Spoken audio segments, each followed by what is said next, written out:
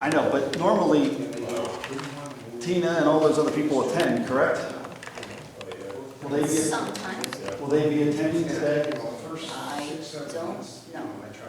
You don't know? No. Did you specifically invite them to this very I critical? never specifically invited them. Andy, did you? Ralph, did you? Nobody? Did you see the value of inviting them to your meeting? All set for him to come on board. They typically come on their own. If they don't, someone will be in their place. Yeah, so, February. I don't know. Yeah, I know.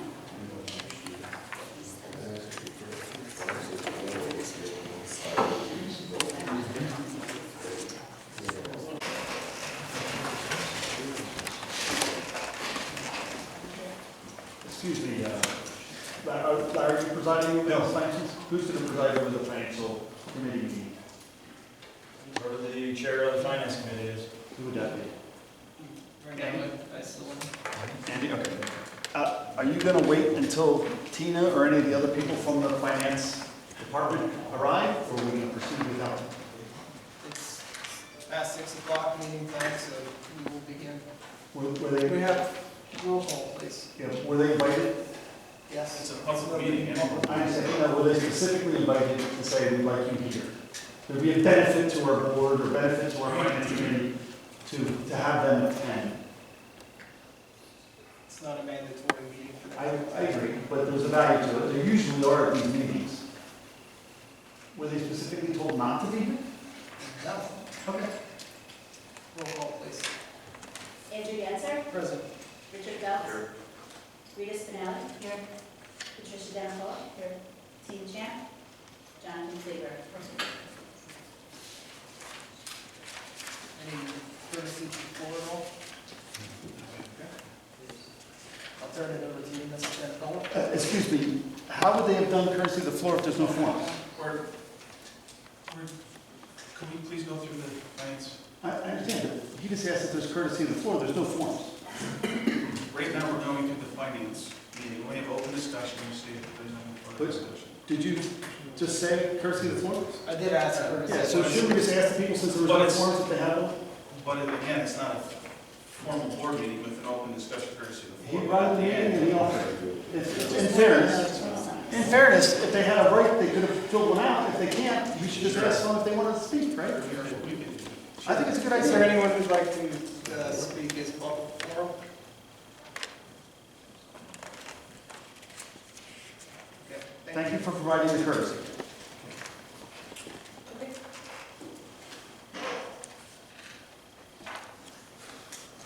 We have Georgia's Transportation Daily run bill for approval. It's included with the packet. The total is $133,002.17. We're looking for approval to move that to the board agenda for meeting. Yes. Rita? Oh, Yes. The second item on the agenda is the self-insurance overview. I know at the last board meeting, there was some discussion brought up about our current medical benefit structure and how people pay, how much they pay, and why don't they pay more. I'd just like to say that the medical benefits are what's enacted by the collective bargaining agreements. The collective bargaining agreements are currently in place. It wouldn't be until negotiations that we would be able to adjust the plan design structures.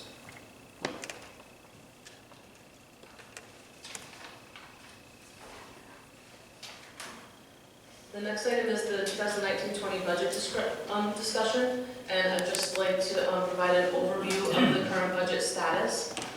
The 2019-20 budget for personnel costs, that would be salaries and benefits, was built based upon the currently in place collectively bargained agreements. The budget includes $30 million for personnel costs, of which $16.6 million is related to salaries, $7 million is due to PSERS and employer taxes, and $6.4 million is due to employee benefits. The remaining 2019-20 budget for non-personnel related costs was built upon the current year-to-date expenditures and most recent 3-year average, 15-16, 16-17, and 17-18. The budget includes $15 million for non-personnel related costs.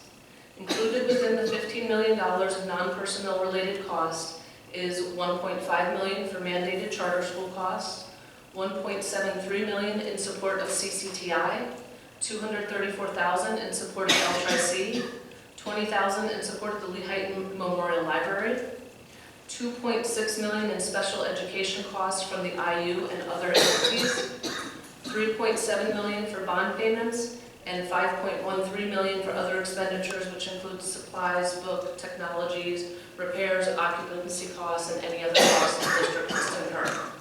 So that gives you a broad overview of where the budget stands, what things the district has control over versus those things that we don't have control over. The mandated charter school costs, our collective bargaining agreements are currently actively in place. The budget was built upon all of those items that have been put in place. Excuse me, just to clarify, you mentioned it was $3.7 million for the bond payments? Yes, Mr. Bradley. And then what was the amount for supplies? 5.13 million would be everything else. Supplies, books, technology, fuel, electricity, water, sewage. And of the $3.7 million in bond payments, how much of that is interest?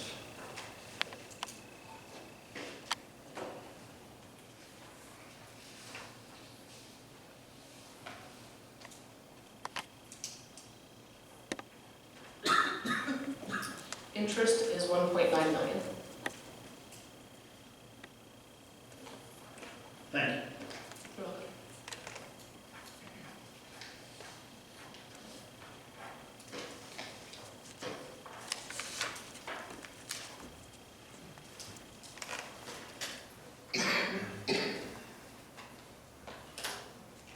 Are we still working off of the final proposed numbers, Patty, or have you made adjustments to any of the There have been some accounts? minor adjustments to take out things that I noticed looked to be one-time expenditures, so backing those out of the averages, but nothing substantial. And this budget also does include the retirements that we've since received as of December. And with what you have, we just talked about, what is the number then from the fund balance that would be consumed if the budget stays in its current state? If the budget stays in its current state, we're looking at about a $4 million budget shortfall. Now, there are items that if they trend in a positive direction, if we have less charter school enrollments at other charter schools and have more people enroll in our own charter school, that will save roughly $25,000 a student for special ed, $12,000 roughly for a regular education student. That would have a positive impact on the budget.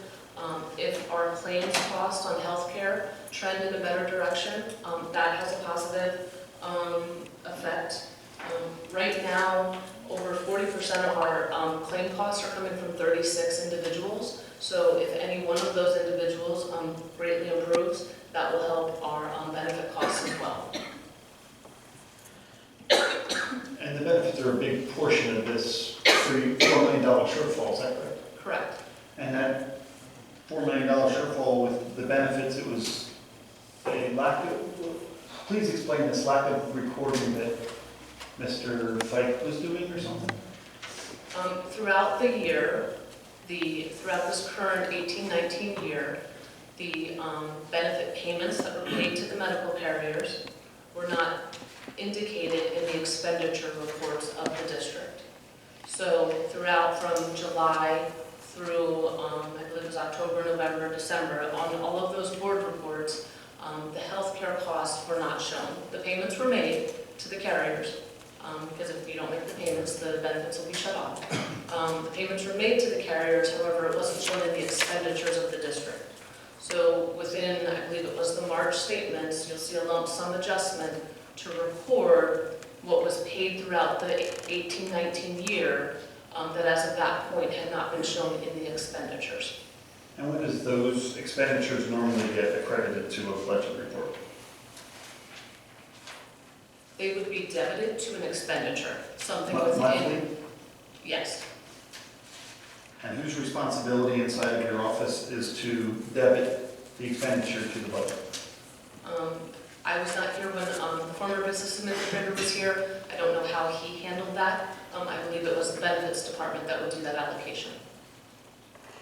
So the benefits department would be the accountant in charge of accountant and benefits that reports to Tina Champ, that would be Melanie Windley. Yes, Okay, and then Tina, who's the assistant business manager, I'm under the impression she provides the bank reconciliation reports and the board audit work and the monthly treasurer's reports. So, and also the bank account reconciliations. So she would then have had direct access to Melanie's information. And then she reports back to Brian, and the buck stops with Brian. Is that correct? that would be correct. Except for the fact that I made a mistake, I'm sorry. The buck really stops with the board overseeing Brian, because he's one of our subordinates as a board of directors. Correct? Correct. Okay, more correct, I'll say, right? So how was it that this occurrence took place in this short period of time prior to your employment, but never before in the life of Brian's tenure here?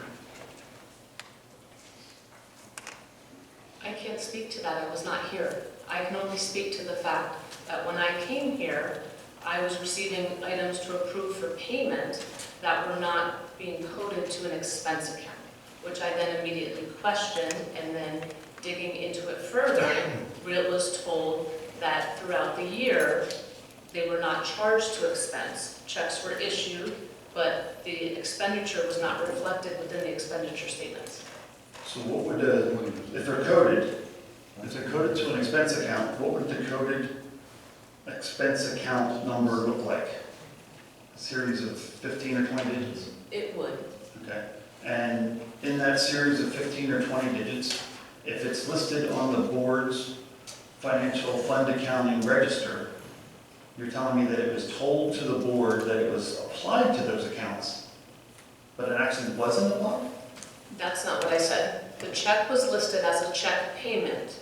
However, the check was not recorded to an expense account. It was recorded to a balance sheet account. So it was not shown as part of the expenditures that the district was incurring throughout the year. That correction was made, and all of the expenditure incurred from July 1st forward is now appropriately reflected within the 200 object expenditure codes. And what would the expenditure code be? There's probably 50 different ones it would be. It would be based upon the function, an 1110, a 2160, 2220, and then it would be under a 271 for medical, 272 for dental, as far as the object. So let's use Highmark, one of the bigger ones. So Highmark should be accredited to an account code that would have 271 in its code, It should correct? have some form of 200 object code. Right, so it would be like 10-0462-271, followed by a dozen zeros. Did you say 10-0462? Yeah, 10. 0462 is a liability account, that's a balance sheet account. It would have to it should go to an expenditure account, would be a 4-digit from 1,000 to 5999. So it'd be more like a 10-1241-248. Okay. So, of the expenditures and the checks that were written, you're kind of saying, can you explain to me what you're saying? Maybe treat me like I'm a fifth grader, right? Because I can't pass that. When I watch that show, if I'm smarter than a fifth grader, I lose frequently. So pretend I'm not as smart as a fifth grader. When I see my check register, how are they not recorded to an account expenditure, but a liability, and when are they transferred to an actual account? They should have been recorded to the expenditure as they occurred. That didn't happen, so it was not reflected in the total expenditures of the district. It is now reflected in the total year-to-date expenditures of the district because it has been corrected. moved from the balance sheet account to expenditures where it should have been to begin with. So they're left in suspense. They are currently now sitting in 5800 to 200 object code for suspense to be allocated amongst all the other expenditure functions. Right now it's in a 5800 function, however, you tie them back to whether it's instructional staff, whether it's support staff. School code requires that you follow the chart of accounts, and then it would be allocated back to the individual's primary job function. So all the checks that were written, they were allocated to a liability instead of an expenditure account. Were still incurred by the district and not seen by the board or the management on any of the reports that you give us. And therefore, that's why that expenditure account is off by $3.4 million. What I'm telling you is that at the point that I began here in March, the expenditures for your benefits was understated.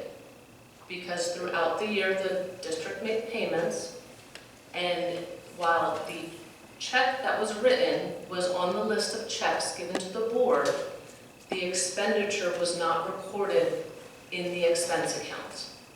That's the correction I made. So it was understated where? Understated on the budget summary reports that you would receive. Okay.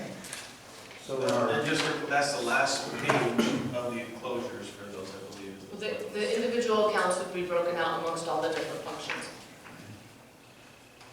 so when I look at our condensed 3 budget summary report, I'd be looking at the total expenditures and other expenditures. And then you list on July's of 18, actually that wouldn't be you, that would have been Brian back in July of 18, correct? And he lists other expenditures, $3.7 million. That would have been similar to what you're experiencing now, correct? I would have to pull out that report and then investigate it. I can't speak to that, I wasn't here.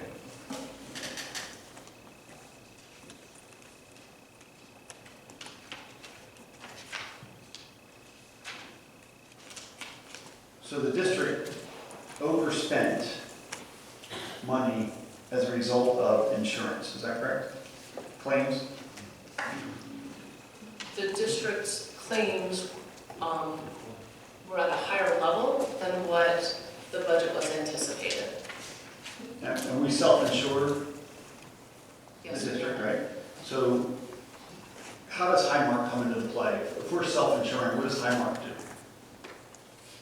Highmark is they handle the administrative respect of the claims, meaning they process the claims on our behalf and we pay them a fee for that.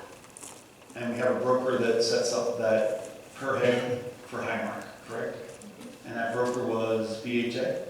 No, I'm sorry, not BSI, that's the new one. Who was ETA maybe? Was it ETA? I wasn't here then, I believe it was ETA. Do you know who it was, Andy? ETA. ETA, okay, great, thank you. So who's in charge of ETA?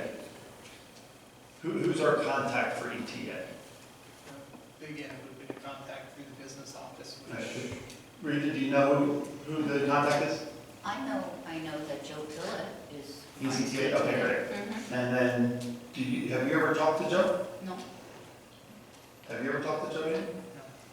Who else is finance would be, you ever talked to Joe? Did anyone talk to Joe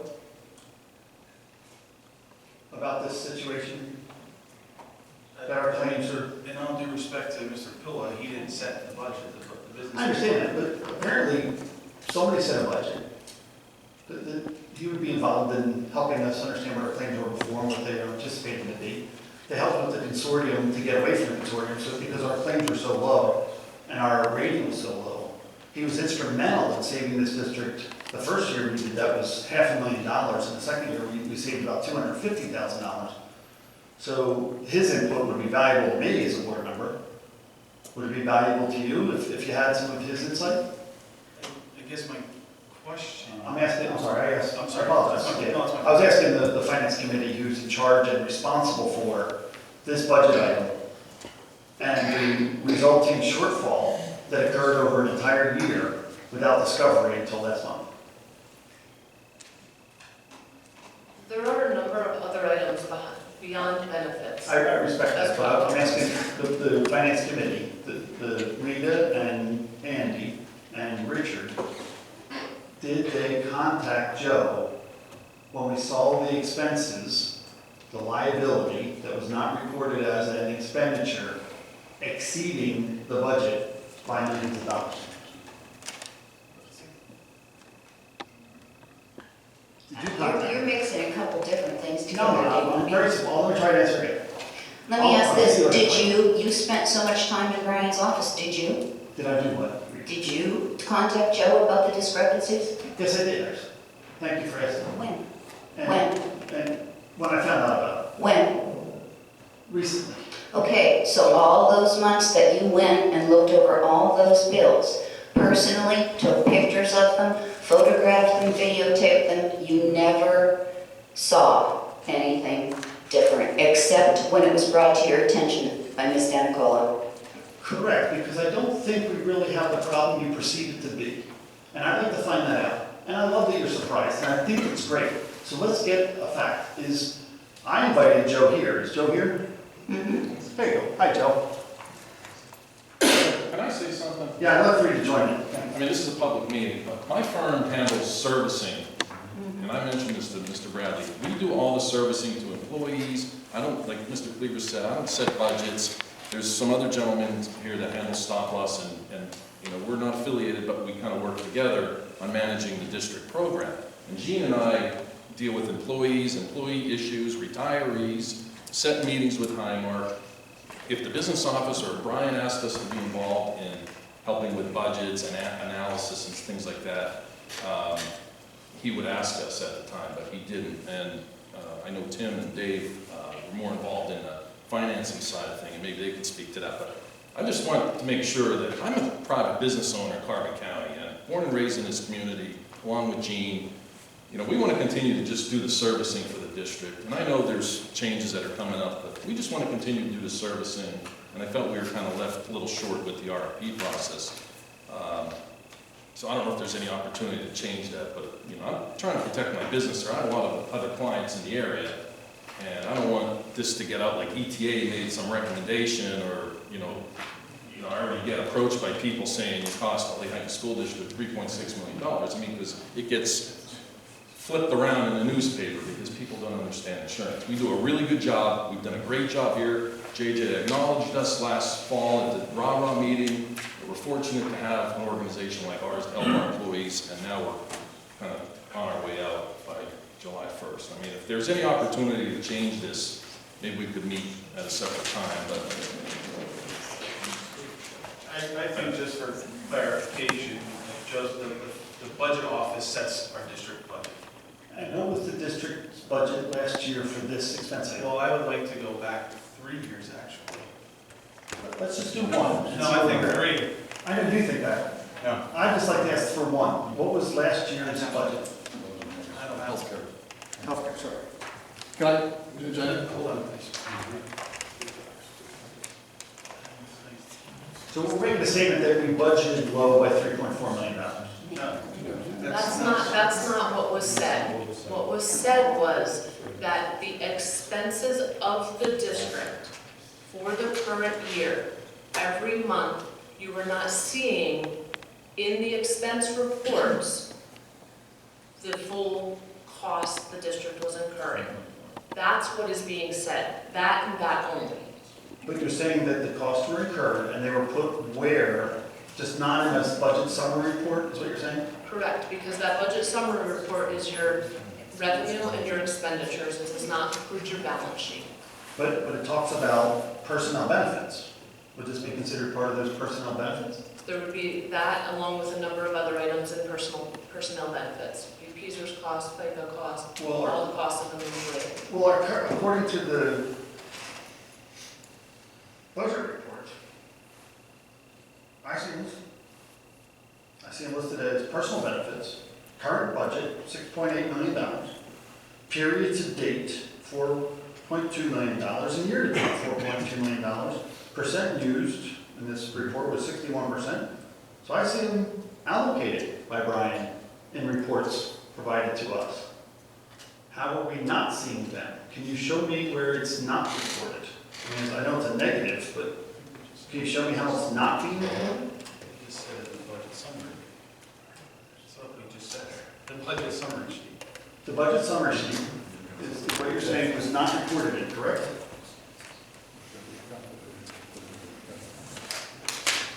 Just, I'll check the place. Just They were based upon- understated, right? And payments were not in the expenditure reports. They were coded to an account code, and were not shown as a budget summary. I'm showing that they are. So There would be a number of other expenditures in that. I agree with that, but my You would question, have to run the full, I could run the full detail, I could have somebody run the full detail for the entire year and show you each individual posting to the 200 object accounts, so you could see when things were recorded. and where they were reported, I respect. But my question again is that these expenses were incurred. They're not hidden. When I heard we were $3 million unrecorded, hidden, not found in the right spot, not put in the right spot, not done, I look at business finance as a chess game. And all the pieces are on the board. Depending on who's in the seat and they decide how to move them is up for interpretation. But at the end of the day, those same pieces are on the board until captured, until consumed. So if we didn't have an overconsumption, we should have still been within our budget. If you're making a statement that we overconsumed $3.4 million, that's a different answer, and we have insurance for stuff like that because of our stop loss. But if you're telling me that we just put the piece in a different spot on the board, and that this board didn't see it, I'm under the impression that I saw it, you saw it, the rest of the board should have saw it, and we got our reports that are there. So I'm trying to figure out where this stress, this $3.5 million of missing expenditures are not being shown to the board. I don't think that that's the think same that concept. these missing expenditures, it's that the budget that was approved didn't include the actual information that we were going off of. So when we put a budget together for 18-19 for this current year, as we did in the presentation on last Monday, you can see that for the 200 benefits, we had 11.5 budgeted, and to date, we spent 14.9. So that's. And yet, last year, we only spent 6.8? No. For, no. I don't have that information. So what did you have budgets for that? Could I continue, please? Because you're making it sound like this is just a benefit, this is just a part of the issue.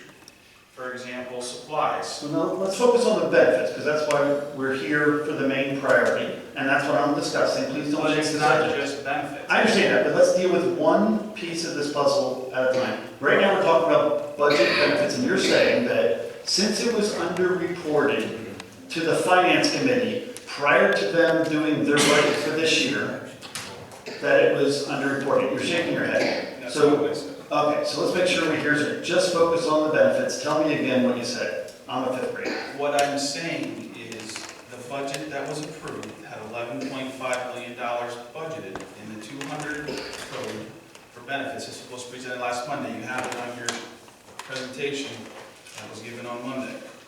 Year to date, there was $14.9 million that was spent in that area. Other areas also include. Well, we'll stick to the 200, right? So of the $14.9 million that was consumed, spent, versus what we thought we were going to use at the beginning of the year, which was 11.5. So what was the budget for last year? If we consumed 14.9. For what year, I don't have that. I'm going off the presentation. Well, last year, if we spent 14.9 last year, this year, call it, right? Whatever you want to. Year ending 2019. Year ending June 30th, 2019. Of 2019, what did we have originally budgeted for the 200 code? For 18-19? Yes. So we said $11,577,080. 11 million. You have a copy of this. I understand. 11.5 million. 11.59. Okay. So somewhere along the line, we were budgeting 11.5 and the district consumed 14.9. Am I correct in that statement? That is what we currently today have paid out, under the 200 benefits for everything, that's everything. You're gonna flip it now. I agree. So we had budget 11.5 and we put together expenditures that equal 14.9. That is all benefits, everything. That's healthcare, dental, PSERS, all Everything. benefits. It's not just health.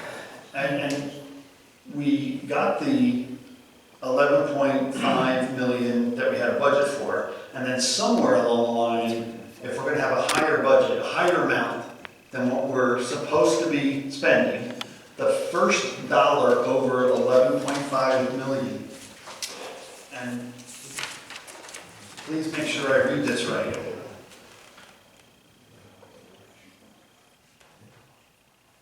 That unless there are sufficient funds in the treasury of the district to pay the same, meaning an individual budget amount, a separate order shall be drawn for each account or payment. This is School Code 607. So how did we spend on these expenditure reports, or I'm sorry, these check reports, more than 11.5 prior to knowing about it? How did this board, That's the question. I understand, but the question I'm going to ask Question again, is, did According any of the to- reports show us at 100% consumption of our benefit budget? yeah? When? So my question is. No, when? I asked you, any of our budget summary reports ever show us at 100% or nearing 100% of our budgetary consumption for benefits? Absolutely not. Absolutely not, it didn't. So my question again, So my question would be, how would we know if we wouldn't see it on the budget summary reports? well, the budget summary report, if I'm not mistaken, do have the expenditures, but they're just classified as a liability.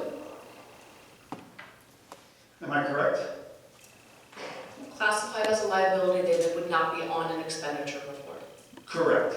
So this board saw these things, Including, including myself, yeah, and I recognized them as within budget. So the question becomes, the statement is, I'm trying to figure out what you recognized as within budget.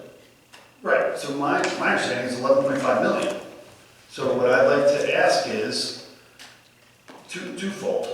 One is, how do you spend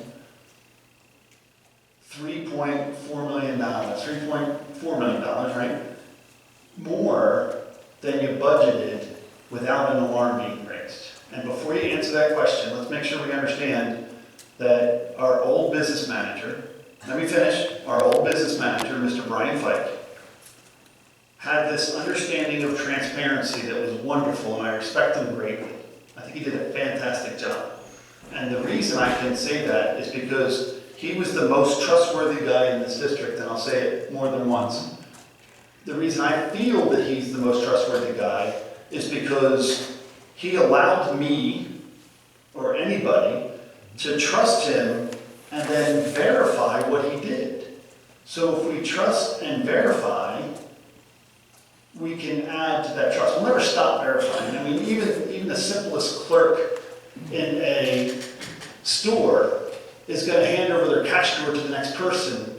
We'll trust them and verify that they add up the same amount to make sure they're even. And as soon as there's a discrepancy, a manager, a board, a person will come in and check those responsibilities. So if you're trying to make the suggestion that Brian allowed something to go over budget by $3.4 million,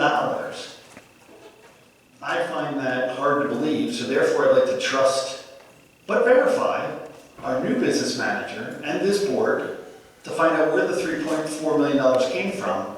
And it sounds like it came from the general fund to pay these bills for this liability. But so, if you don't mind, sure.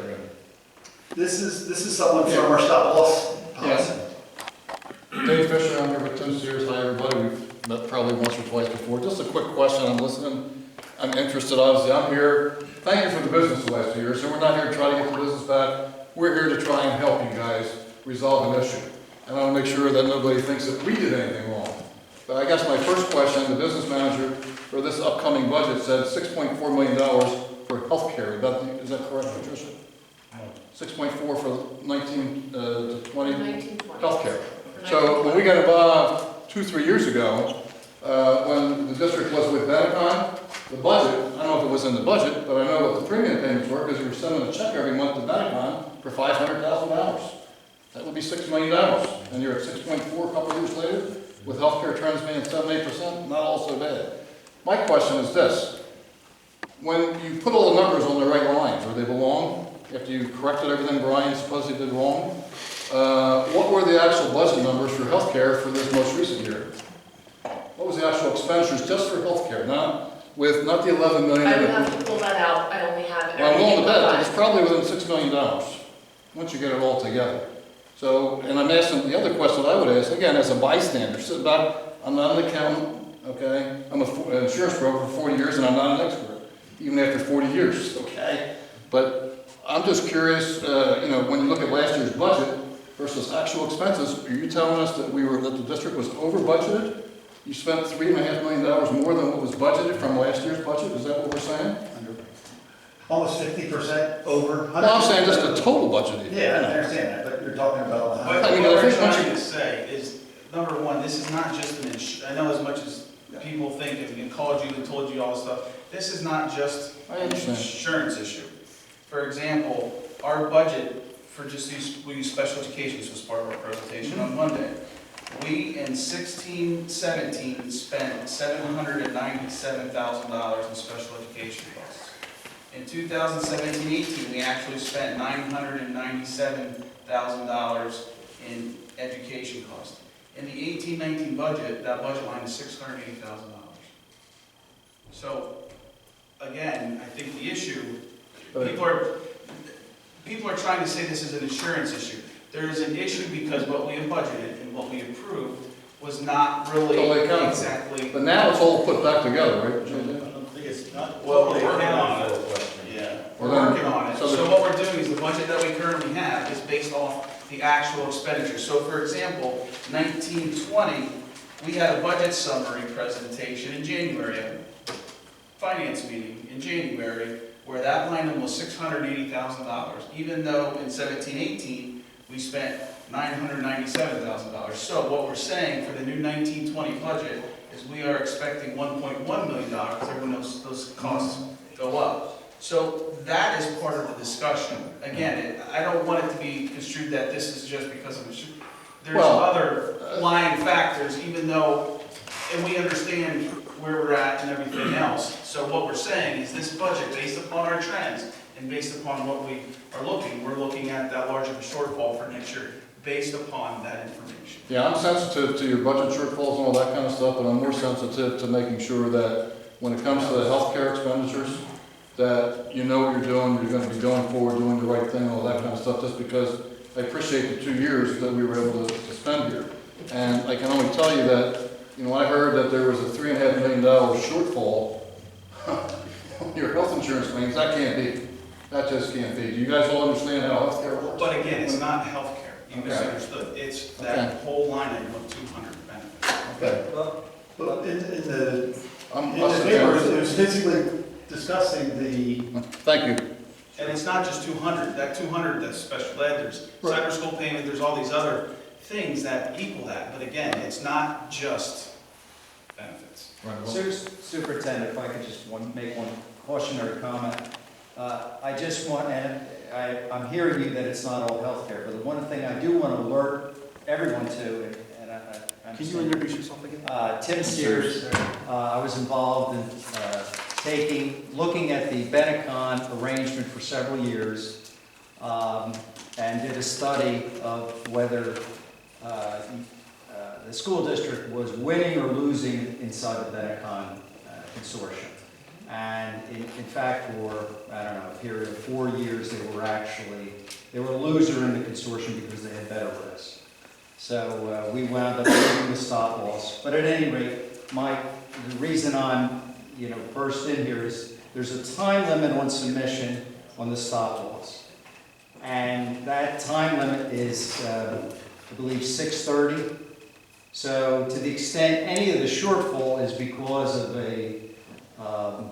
excessive claims, you have ag protection at 115% corridor. I'm just concerned that the claims are submitted timely. There's an interface between Highmark and Vista. At different times it has to be watched. It sounds like you're aware of the time limit, so I just want everyone to be aware. Look, if there's a shortfall here, you have some protection for it. To the extent it's because you're going over your ag protection. As our stop loss carrier, did you see during any of this period of time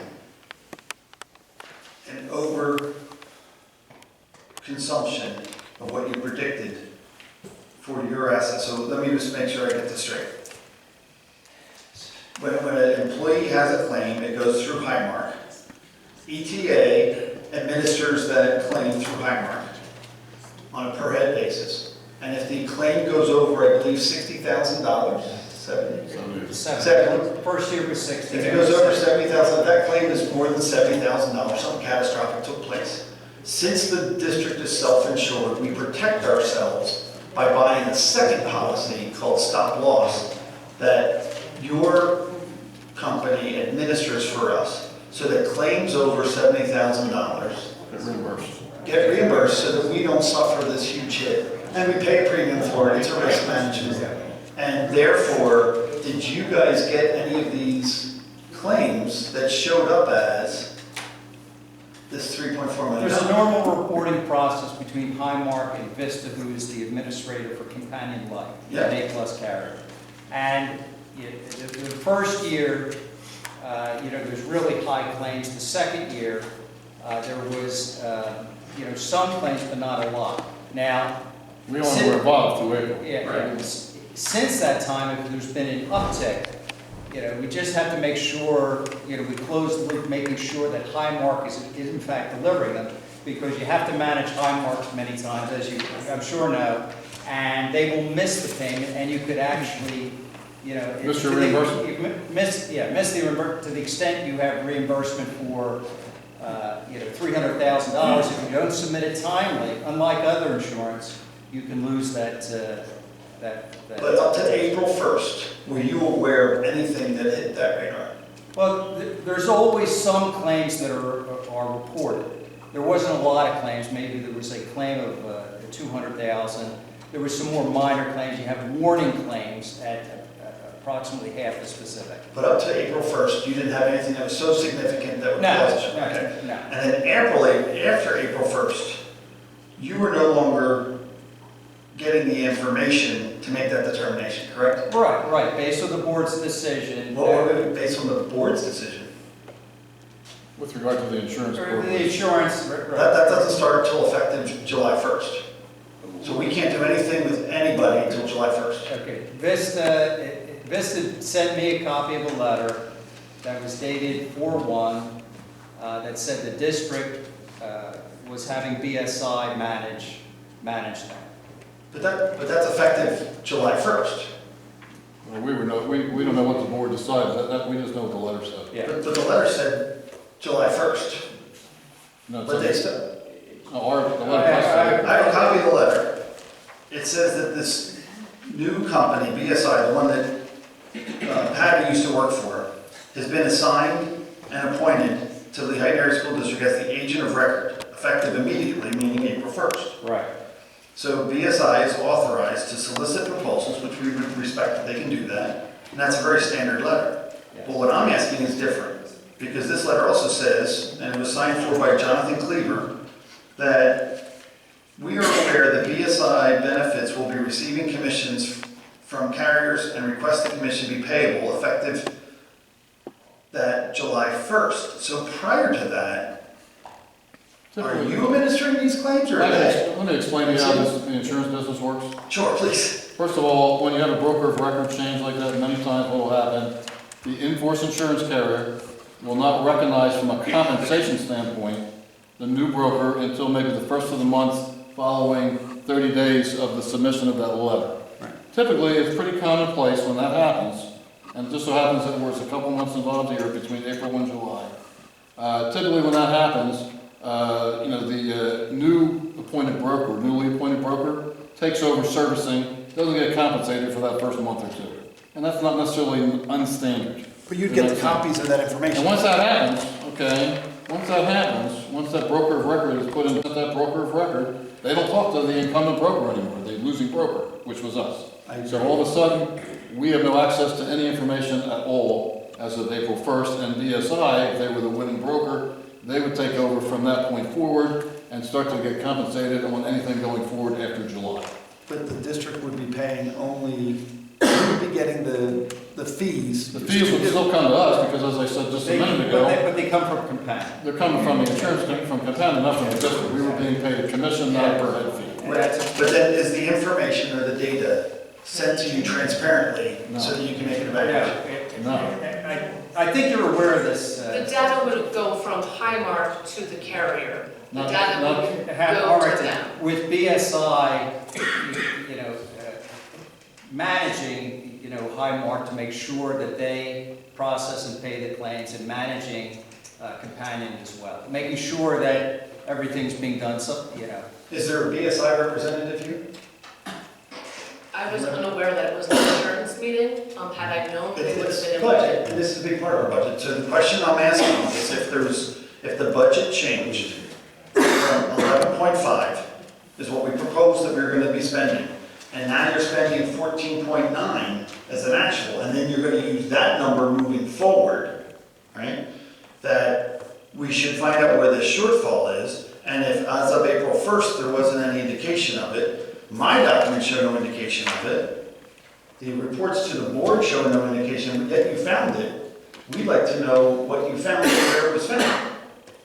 I think that was part of our presentation last time. It was, but there was not specifics done, so something, somehow, a claim, something occurred equal to $3.4 million. And it had to be after April 1st, and it shows up on our reports of everything that we're doing. I've been only able to collect the transparent information from Brian, who trust and verify, but we've not been able to get the information since then. So the question is, what occurred between April and now that equals $3.4 million that we're claiming, and this is the biggest part, claiming to be a shortfall? Dave, we're gonna leave. Thank you, everybody, for the last 2 years. If I can just make one recommendation, and I would strongly advise that you do this, from what I'm hearing, and that, whatever it's worth, if I were you, I would probably reach out to Brian Fike and have a conversation with Brian Fike and ask him to get involved in what's going on here. I did. Thank you for suggesting. Thanks for the invite. Did anybody ask Brian besides myself? Larry, did you call him? You didn't? No, I did not. Just blind trust here. We didn't have any verification. Nobody called up Brian. Nobody? Besides myself? Blind trust. We got a long way. Phil. Thank you for coming. You're welcome. Thank you. So according to the school code, Just, hold on, according to the school code, the report and direction, information to directors for tax levy or budget, must be provided to every school director. Furnish the incoming board, which would be us, school directors, all necessary information and such detailed statements that may be needed to provide for an annual tax levy or prepare for the annual estimate of expenditures, which is what you're trying to do. And at the same time, the reporting is under 613, and the illegal use is under 610, and the individual liability is under 608, and the right to not exceed a budget line item is a 609, and our insurance is covered under section 513. This information